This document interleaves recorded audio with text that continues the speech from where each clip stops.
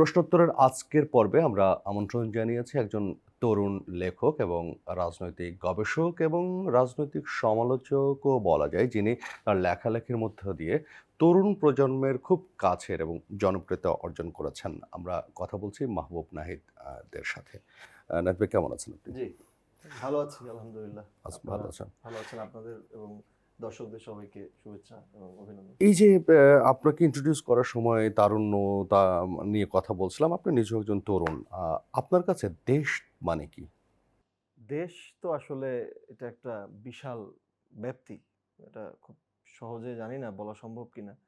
তবে দেশ বললেই আমার কাছে মনে হয় দেশ মানে রক্ত। যেই রক্ত লালটা আমরা দেখি আমাদের পতাকায়, জাতীয় পতাকায় রক্ত। জানি না সবাই এভাবে ভাবতে পারে কিনা। এ দেশটা যে আমরা পেয়েছি, স্বাধীনতা, হুম, সার্বভৌমত্ব, অনেক শব্দ আমরা বলি।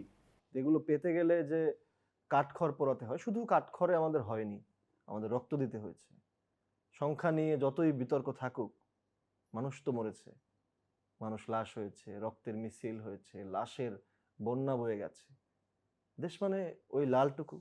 এবং যেহেতু আমরা সবুজ শ্যামল বাংলাদেশ, সেই চারিপাশ সবুজে বিস্তৃত একটি দেশ। দেশ মানে লাল সবুজ, দেশ মানে মা, দেশ মানে আমার ভূমি, দেশ মানে এমন একটা জিনিস যেটা আসলে অনেকেই বলে যে এদেশ আর ভাল লাগে না, এদেশ ছেড়ে চলে যাব। এক কথায় যদি আপনার কাছে প্রশ্ন আমার মনে করি। হয় যে আমি দেশেই থাকবো, কারণ হুম, হুম।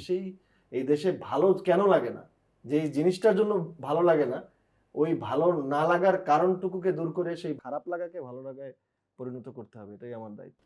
এটাই আচ্ছা, সেই দেশটাকে নিয়ে আপনার যদি চিন্তা করতে বলা হয়, দেশের কোন জায়গাটা নিয়ে আপনি সবচেয়ে বেশি কাজ করতে চান আপনার এই জীবনে? আসলে দেশের কোন জায়গাটা নিয়ে, দেশ তো একটা দেশ কিভাবে দাঁড়ায় সেই জিনিসটা আমাদেরকে আগে অবশ্যই জানতে হবে।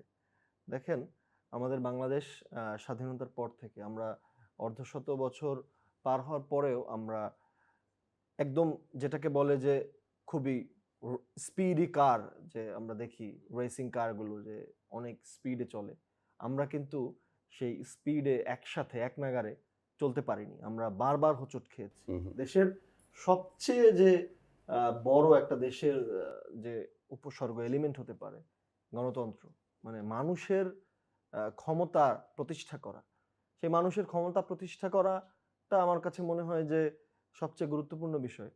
সেই জায়গাটাতেই আমরা বারবার হোঁচট খেয়েছি। বারবার আমাদের উপরে কালো থাবা এসেছে যে না, মানুষের রাজত্ব কায়েম করা যাবে না। এখানে কারো ব্যক্তিগত রাজত্ব, কারো নিজস্ব নিজস্ব এজেন্ডা নিয়ে কেউ আমাদের আহ, উপরে থাবা, আমাদের উপর করাল থাবা দিয়েছে। আমার মনে হয় আমার এই দেশকে দাঁড়াতে হলে সবচেয়ে বেশি যেটা প্রয়োজন আমার কাছে মনে হয় যে মানুষের ভোটাধিকার, মানুষের কথা বলার অধিকার। এটা অনেকেই এটাকে নিয়ে ট্রল করতে পারে আমার এই কথাটাকে নিয়ে, যে ভোটাধিকার কিভাবে সবচেয়ে গুরুত্বপূর্ণ হয়। কারণ এটার সাথে আমি মনে করি সবকিছু জড়িত। আপনার কি মনে হয় যে কখনো, কখনো ভোটাধিকার বা ভোট বিভক্তি তৈরি করে দেয় অনেক ক্ষেত্রে?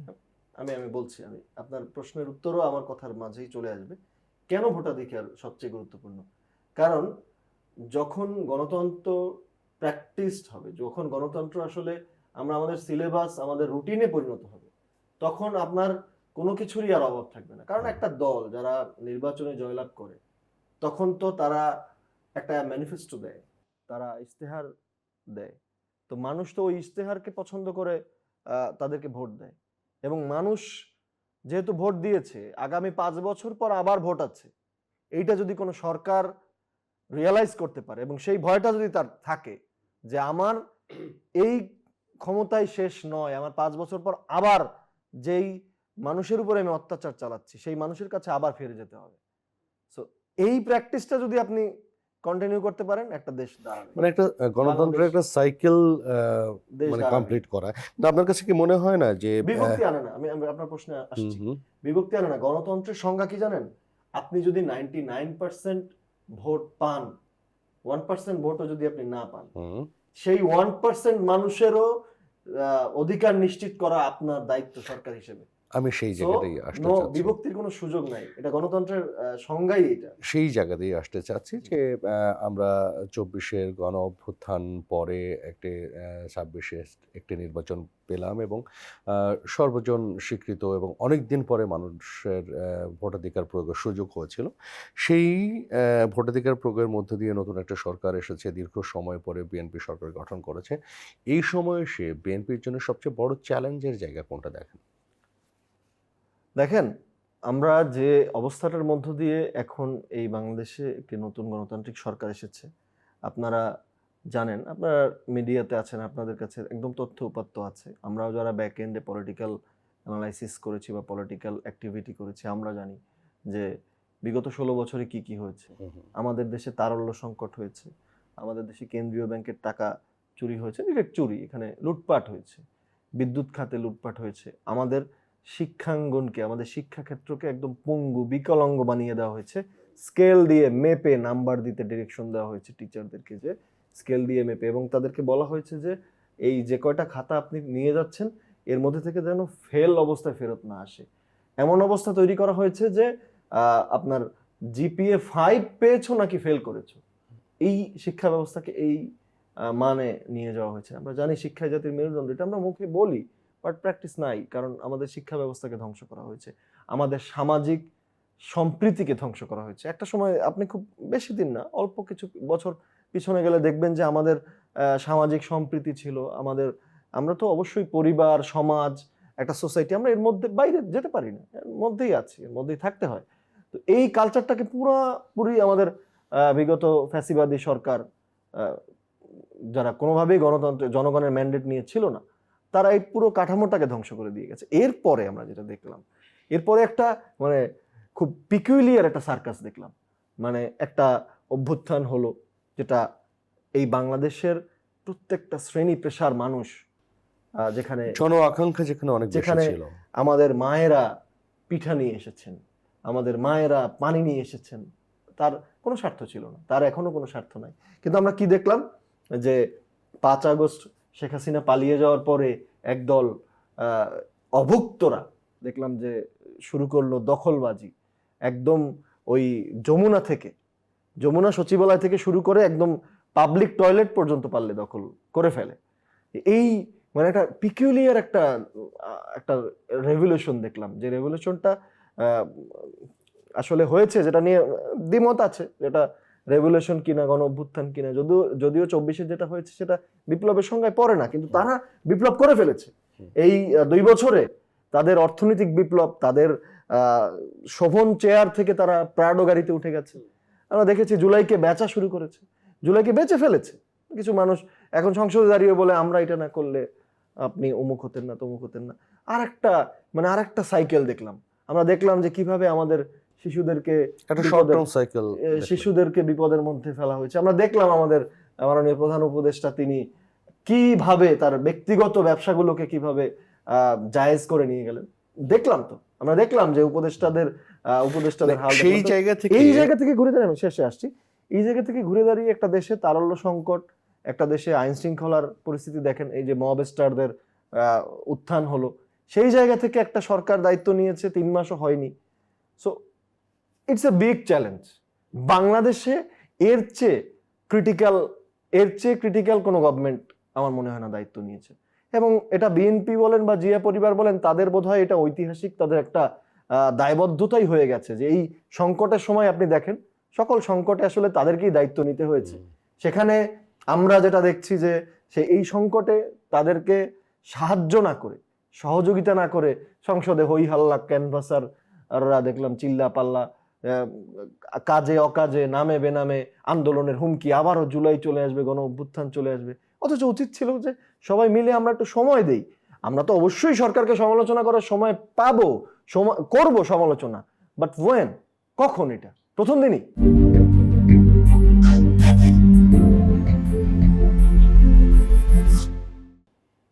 না, আমি সেই জন্যই বলছি যে মূল প্রশ্নে আসি, যে তাহলে বিএনপির জন্য সবচেয়ে বড় চ্যালেঞ্জ কোনটা মনে করছেন? পুরোটাই তো চ্যালেঞ্জ।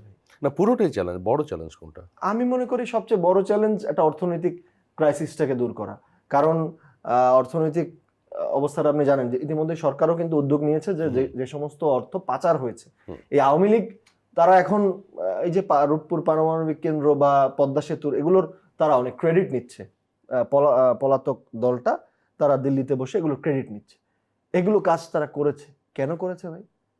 কেন করেছে? পদ্মা সেতুর 2 টাকার কাজ করেছে 20 টাকায়।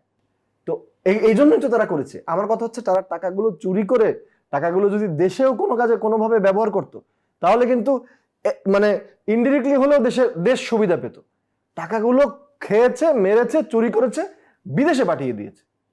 সো আমার কাছে মনে হয় যে ইকোনমিক স্টেবিলিটিটাই সবচেয়ে বড় চ্যালেঞ্জ। সেই জায়গায় যদি কাজ করতে হয় তাহলে আসলে দুর্নীতির লাগাম টানতে হবে এবং দুর্নীতি যেগুলো হয়ে গেছে সেগুলো আসলে বিচারের আওতায় আনতে হবে, এক ধরনের স্বচ্ছতা তৈরি করে।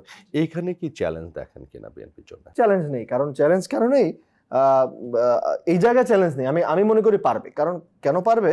আমাদের যিনি বর্তমানে প্রধানমন্ত্রী হয়েছেন, মাননীয় প্রধানমন্ত্রী, তিনি তার যে পলিটিক্যাল স্টোরি, তার পলিটিক্যাল স্টোরিটা, তার পার্সোনাল স্টোরিটা আমরা যদি দেখি, সেটা একটা বিস্তর আলোচনা, আমি অত আলোচনায় যাচ্ছি না।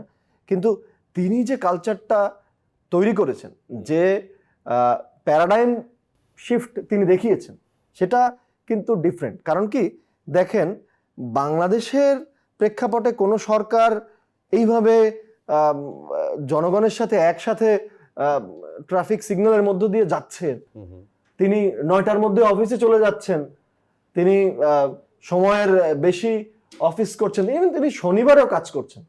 সো এই যে চেঞ্জটা, এটার দ্বারা কি হবে? এবং তিনি সচিবালয়ে অফিস করছেন। আপনি মোস্ট ইম্পর্টেন্ট থিং এটা, কারণ বাংলাদেশের সবকিছু কিন্তু সচিবালয় হয়। তিনি এর আগের সরকারদের মতো গণভবন কিংবা যমুনায় বসে থাকতে পারতেন, যে এখানে বসে সব অফিস চলে আসো আমার কাছে, সেখানে অফিসও। বাট তিনি চলে গেছেন অফিসে। তো আপনি যদি সচিবালয়ে যান, দেখবেন যে সবাই অ্যাক্টিভ হয়ে গেছে, সবাই ওই আগের যে গাছাড়া ভাব, আগের যে ঢিলেমি ভাব, এটা দূর হয়ে গেছে। এই যে মাননীয় প্রধানমন্ত্রী যে একটা সংস্কৃতির পরিবর্তন কিন্তু করছেন, উনি ওনার জীবন দিয়েই করছেন, ওনার জীবনের যে কাজগুলো সেই কাজগুলো দিয়ে করছেন। আপনার কি মনে হয় না যে দলের নেতাকর্মীদেরও এটাকে ফলো করবার যথেষ্ট সুযোগ আছে এবং সেখানে কোথাও কোথাও ব্যত্যয় দেখা যাচ্ছে? না না, করেছে তো। আপনি ইটস, আমি যেটা বললাম না যে পিকুলিয়ার একটা স্টোরি দেখলাম, ঠিক একইভাবে আপনি দেখেন এটা একটা নজিরবিহীন ইতিহাস। আপনি দেখেন 12ই ফেব্রুয়ারি নির্বাচনের পরে এর আগে অন্যান্য দলগুলো যখন, অন্য দলরা যখন ক্ষমতা এসেছে, তখন ক্ষমতায় আসার সাথে সাথে কি দেখেছেন? হাজার হাজার মানুষ ঘর ছাড়া হয়, শয়ে শয়ে মানুষ গলা কাটা যায়। এবং আমরা দেখলাম তো যে শিক্ষাঙ্গনগুলোতে অন্তর্বর্তীকালীন সরকারের সময় গিয়ে গিয়ে অধ্যক্ষ, প্রিন্সিপাল, ভাইস চ্যান্সেলরদেরকে গলা ধাক্কা দিয়ে বের করা হয়েছে। আইসিটি ভবনে সবাইকে ঝেঁটিয়ে বিদায় করা হয়েছে, তারা গিয়ে দায়িত্ব গ্রহণ করেছে। কিন্তু দেখেন বিএনপির নেতাকর্মীরা কারো পাওনা টাকা উদ্ধার করতেও যায় নাই, ভয়ে যায় নাই। কারণ তারা জানে যে তাদের যিনি নেতা, তিনি শুনলে 1 সেকেন্ডও অপেক্ষা করবেন না, বহিষ্কার এবং প্রয়োজনে মামলাও করবেন। এবং ছাত্র দলের ক্ষেত্রে আপনি দেখেন এত চমৎকার প্রজ্ঞা, সহিষ্ণুতা, আমার মনে হয় না এটা বাংলাদেশ তো দূরে থাক, পৃথিবীর কোনো ছাত্র সংগঠন দেখিয়েছে যারা এই নিজের দল ক্ষমতায় আসার পরে এখনো তারা শিক্ষাঙ্গনে তারা শেমিং, ট্রলিং, আপনারা দেখেছেন কি বাজে ভাষায়, একদম পদধারী লোকজন বাজে ভাষায় বিএনপির শীর্ষ নেতাকে বলেছে, ছাত্র দলকে নিয়ে বলেছে, তারা মিছিল দিচ্ছে, স্লোগান দিচ্ছে, বাজে বাজে গালিগালাজ করছে। তাও এত চমৎকার, এটা নজিরবিহীন। এটা অলরেডি তারা প্রমাণ করে ফেলেছে যে তারা শৃঙ্খলার মধ্যেই আছে, বিশৃঙ্খলা তো নেই। কোনো শিক্ষাঙ্গনে আপনি দেখেছেন যে কাউকে ছাত্রদল হল থেকে নামিয়ে দিয়েছে? আপনার কি মনে হয় যে ছাত্র দলের এই যে মানে সংস্কৃতির পরিবর্তন, চর্চার পরিবর্তন, এই পরিবর্তনটা সাধারণ ছাত্রীদের মধ্যে এক ধরনের আস্থা তৈরি করবে, রাজনৈতিক পরিবেশটাকে এক ধরনের সুশৃঙ্খল দিকে নিয়ে যেতে? অবশ্যই অবশ্যই অবশ্যই তৈরি করবে, এবং করা উচিত। কারণ কি, আমি যারা আমাদের সাধারণ শিক্ষার্থী, বেসিক্যালি সাধারণ আমার শব্দটা খুব ডেঞ্জারাস, সাধারণ শব্দটা আবার অতি সাধারণ, অতি অসাধারণ, তো সেই প্রসঙ্গে না গেলাম। সো যারা শিক্ষার্থী, তাদের আমি মনোজগৎ নিয়ে কিছু অনেক গবেষণা হয়েছে, এগুলো আমি পড়াশোনা করেছি। সো যারা এতদিন শিক্ষাঙ্গনগুলোতে, হলগুলোতে ছিল, আমি নিজেও একজন ভিকটিম। আমি ছাত্রদল করার কারণে আমি নিজেও দেখেছি যে ক্যাম্পাসগুলোতে কি ধরনের আহ, খারাপ অবস্থা তৈরি হয়েছে। হুম, তো এই জায়গায় অনেকেই ট্রমাটাইজ ছিলেন, অনেকেই না মানে ওই অনেককেই ভুল বোঝানো গেছে যে এই অন্তর্বর্তীকালীন সরকারের আমলে একটা কথা ঢুকিয়ে দেওয়া হচ্ছে না, 2 সাপের একই বিষ। হুম, ওই কথা বলে আসলে শিক্ষার্থীদেরকে ভুল বোঝানো হয়েছে। কারণ কি, ওরা তো ট্রমাটাইজ ছিল, ওরা ছাত্রলীগের যে ভয়াবহ নির্যাতন দেখেছে। আমরা দেখেছি আমাদের ভাই আবরার ফাহাদ, যার কথা বলতে গেলে আমার শরীরের পশম দাঁড়িয়ে যাচ্ছে। আমাদের ভাই আবরার ফাহাদকে কিভাবে পিটিয়ে মারা হয়েছে। জগন্নাথ বিশ্ববিদ্যালয়ে আমরা দেখেছি কিভাবে অভিজিৎকে দিনে দুপুরে কুপিয়ে মারা হয়েছে। সো এই ছাত্রলীগের এই কালচারটার কারণে পুরো স্টুডেন্ট পলিটিক্যাল যে কালচার, ওই সিস্টেমটাকে কিন্তু শিক্ষার্থীরা বয়কট করেছে। বাট ছাত্রদল যে এটার মধ্যে অভ্যন্তরীণ, এটার মধ্যে অন্তর্গত নয়, তারা যে ডিফারেন্ট, এটা ছাত্রদল বোঝানোর একটা সুযোগ পেয়েছে। এতদিন ছাত্রদলকে সাধারণ শিক্ষার্থীরা একটা মববাজি করে যে ক্যাম্পাসে ছাত্র রাজনীতি চাই না, ক্যাম্পাসে রাজনীতি বন্ধ, বয়কট, এবং বিশ্ববিদ্যালয়ের ভিসিদেরকেও প্রভাব খাটিয়ে সেটা করা হয়েছে। অনেক জায়গায় প্রজ্ঞাপন পর্যন্ত দেওয়া হয়েছে। এটা একটা গণতান্ত্রিক দেশে বিশ্ববিদ্যালয়ে প্রজ্ঞাপন দেওয়া হবে যে ছাত্র রাজনীতি করতে পারবে না, এইটা এটা এটা মানে এটা তো হাসিনার চেয়েও বড় অটোক্রেটিক আচরণ আমি মনে করি। মানে রাজনীতি কেন গুরুত্বপূর্ণ তরুণদের জন্য? আচ্ছা, আপনি ভাই আপনি আমার প্রশ্ন উত্তর দেন। ধরেন যারা যুবক আছে, যুব দল, এনসিপির আছে যুব শক্তি, আর একটা রাজনৈতিক দল আছে ইসলামিক দল, তাদের যুব সংগঠনের নাম আমি জানি না, নাম জানার কথা না, কারণ তাদের সবই গুপ্ত থাকে। তো সকলেরই তো যুব সংগঠন আছে। আচ্ছা, আপনি একটা জিনিস চিন্তা করেন তো, যে যুব যারা রাজনীতি করে তাদের মধ্যে গ্যাঞ্জাম হয় না? তারা মারামারি করে না? তারা তাদের মধ্যে খুন খারাপি হয় না? তাহলে যুব রাজনীতি বন্ধ করেন, কেন করবেন না? এটার আন্দোলন কেউ করে না কেন? অনেকেই বলে যে ছাত্র রাজনীতির কারণে শিক্ষাঙ্গনে আমি পরিবেশ আসছি বিনষ্ট হচ্ছে। সমস্যাটা কোথায় আমি আসছি।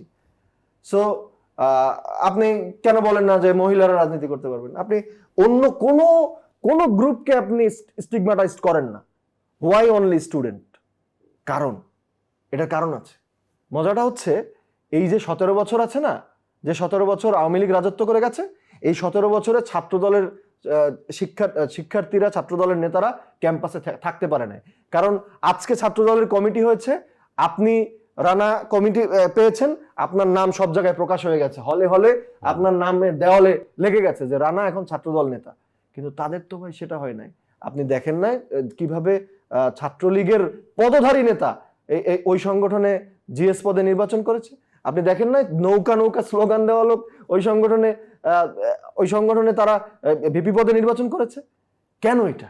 কারণ ওদের তো শিক্ষাঙ্গনে একটা অবস্থান ক্রিয়েট করে রেখেছে। তারা অন্তরে লালন করেছে তাদের ওই সংগঠন করেছে ছাত্রলীগ। তারা ছাত্রলীগের মধু খেয়েছে, মধু পান করে তারা হয়তো ভিতরে ভিতরে অন্য রাজনীতি করেছে। এখন শিক্ষাঙ্গনে তো তাদের একটা সেট আপ আছে ভাই, এইটা তো তাদের প্ল্যান। আপনার কি মনে হয় যে ছাত্র দলের মধ্যেও এই ধরনের আসলে গুপ্তদের থাকার চান্স রয়ে যায়? না, কেন থাকবে ছাত্র দলের মধ্যে? রয়ে যায় কিনা? এখন ছাত্রদল তো একটা ভাই, ছাত্রদল তো কোনো ফাউন্ডেশন না। আমি বলছি আমি আসছি প্লিজ। ছাত্রদল তো তাদের মতো ফাউন্ডেশন না। তারা তো বলে যে তাদের সংগঠনে ঢুকতে গেলে অনেক কিছু করতে হয়, অনেক অনেক নিয়ম কানুন আছে। তো ছাত্রদল একটা পলিটিক্যাল অর্গানাইজেশন, একদম স্বীকৃত পলিটিক্যাল অর্গানাইজেশন, একটা ডেমোক্রেটিক পার্টির একটা ছাত্র সংগঠন। So it's very clean and clear. তো ছাত্রদল একটা বিশাল কর্মী ভান্ডার আছে, বিশাল ওয়ার্কফোর্স আছে তাদের। আপনি যদি পদধারী নেতাই বের করেন, আপনি কয়েক লাখ পদধারী নেতাকর্মী আছে সারা বাংলাদেশ, এর মধ্যে দুই একটা থাকতেই পারে।